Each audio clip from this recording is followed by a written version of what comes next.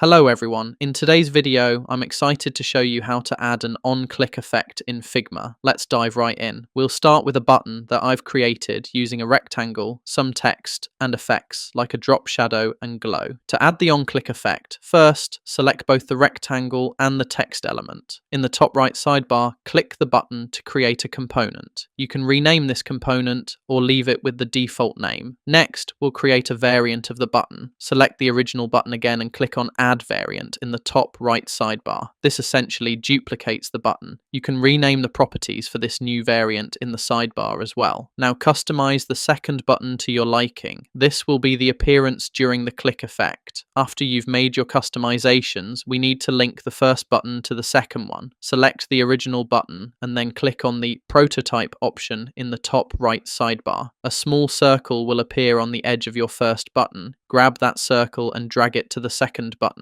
An interaction box will pop up. Set the trigger to while pressing. It's worth noting that on-click is typically used for page redirects, so we'll use while pressing instead. For the action, select Change To, and then choose Dissolve for the animation. Adjust the curve to ease out and set the duration to about 200 means or 300 means. We're almost there, but we want to see the final output in your design. Click on the Assets option in the left sidebar, then use the filter to select Created in this file. Drag the button onto your design and hit the Preview button in the top right sidebar. A preview window will appear, allowing you to test the on-click effect. And that's it. You've successfully added an on-click effect in Figma. Thank you for tuning into this video. If you found this tutorial helpful, please consider subscribing to the channel for more informative content.